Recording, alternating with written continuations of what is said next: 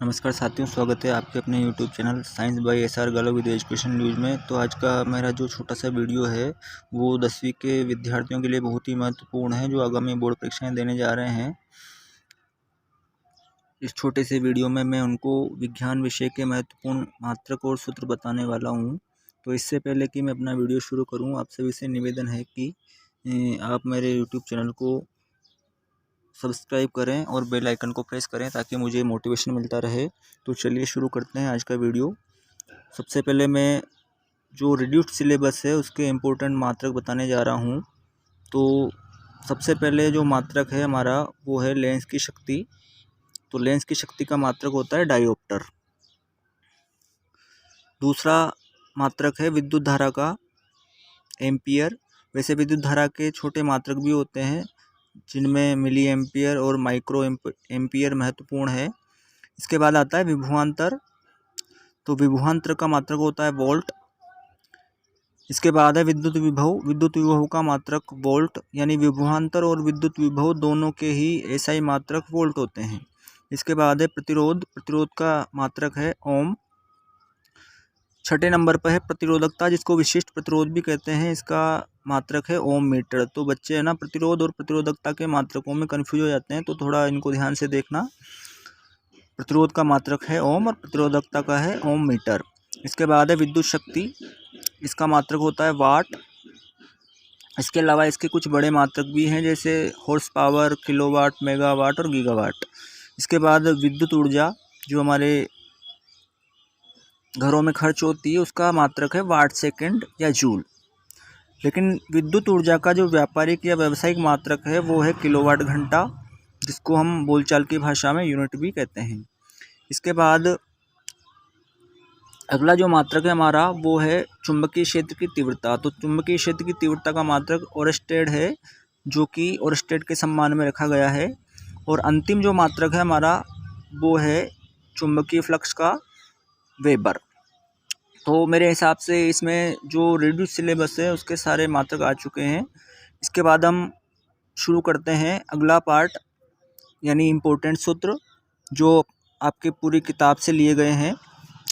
पहला जो सूत्र है वो है दर्पण की वक्रता, त्रिज्या और फोकस दूरी में संबंध बताने वाला। तो ये सूत्र है R बराबर 2F, यानी कि जो वक्रता त्रिज्या है वो फोकस दूरी की दुगनी होती है। अगर आपसे फोकस दूरी पूछी जाती है तो आपको वक्रता त्रिज्या का आधा करना है, यानी F बराबर R/2 सूत्र हो जाएगा। इसके बाद दर्पण सूत्र जो काफ़ी इम्पोर्टेंट है और इसके ऊपर सवाल आ सकते हैं। तो दर्पण सूत्र होता है 1/V प्लस 1/U बराबर 1/F। इसके बाद है दर्पण की आवर्धन क्षमता, M बराबर H' बराबर -V/U। इसके बाद लेंस सूत्र। तो लेंस सूत्र है 1/V माइनस 1/U बराबर 1/F, यानी कि दर्पण सूत्र और लेंस सूत्र में केवल एक ही अंतर है कि दर्पण सूत्र में आता है 1/V प्लस 1/U बराबर 1/F और लेंस सूत्र में आता है 1/V माइनस 1/U बराबर 1/F। इसके बाद लेंस की आवर्धन क्षमता। तो लेंस की आवर्धन क्षमता होती है M बराबर H' बराबर V/U, यानी दर्पण की आवर्धन क्षमता और लेंस की आवर्धन क्षमता में भी हल्का सा ही अंतर है। दर्पण की आवर्धन क्षमता में पीछे लिखा था -V/U, इसमें है ओनली V/U। इसके बाद संयुक्त लेंस की क्षमता। संयुक्त लेंस क्या होता है? जब बहुत सारे लेंसों को पास पास रख देते हैं तो उससे बने हुए निकाय को संयुक्त लेंस कहते हैं। तो एक संयुक्त लेंस की क्षमता ज्ञात करने के लिए हमें जितने भी लेंस रखे हुए हैं उनकी समताओं को जोड़ना है, यानी P बराबर P1 plus P2 plus dash dash dash Pn, यानी जितने भी लेंस हैं, 2 है तो P2 तक हो जाएगा, 3 है तो P3 तक चला जाएगा। तो जितने भी लेंस रखे हुए हैं उनकी क्षमताओं को हमें जोड़ना है, तो उससे संयुक्त लेंस की क्षमता ज्ञात हो जाएगी। इसके बाद विद्युत धारा। विद्युत धारा का सूत्र होता है I बराबर Q/T, जहाँ पर I तो है धारा, Q है आवेश और T है समय। इसके बाद विभवांतर ज्ञात करने के लिए सूत्र होता है V बराबर W/Q, जहाँ पे W तो है किया गया कार्य और Q है आवेश। इसके बाद है विभव, विद्युत विभव। तो विद्युत विभव का सूत्र भी विभवांतर की तरह ही होता है V बराबर W/Q। इसके बाद ओम का नियम जो काफ़ी इंपॉर्टेंट है, बहुत सारे सवाल इसके ऊपर आते हैं। तो V बराबर होता है IR, इसी से दो सूत्र और बनते हैं, I बराबर V बटा R और R बराबर V बटा I। ये तीनों ही सूत्र काफ़ी इम्पोर्टेंट है। इसके बाद प्रतिरोधकता, जिसको हम विशिष्ट प्रतिरोध भी कहते हैं, इसका मात्रक होता है ओम मीटर, और इसको ज्ञात करने का सूत्र है रो बराबर आर ए बटा एल, रो बराबर आर ए बटा एल।